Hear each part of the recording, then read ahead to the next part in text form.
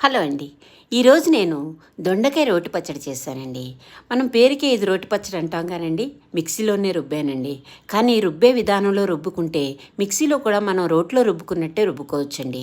ఈ పచ్చడి చాలా రుచిగా ఉంటుందండి. వేడివేడి అన్నంలో కొంచెం నెయ్యి వేసుకుని పచ్చడి వేసుకుని కలుపుకుని తింటే మొత్తం అన్నం అంతా ఈ పచ్చడితో తినేయవచ్చండి. చాలా బాగుంటుందండి. ఒకసారి ట్రై చేయండి. ఇప్పుడు రెసిపీ నోట్ చేసుకోండి. ముందు దొండకాయలని శుభ్రంగా కడుక్కుని చిన్న చిన్న ముక్కలుగా తరుక్కోవాలండి. అలాగే ఒక టమాటో, అలాగే ఒక చిన్న ఉల్లిపాయ ముక్క, కొన్ని వెల్లుల్లి రెబ్బలు, కొంచెం కొత్తిమీర, కొంచెం కరివేపాకు, కొన్ని పచ్చిమిరపకాయలు వేసుకోవాలండి.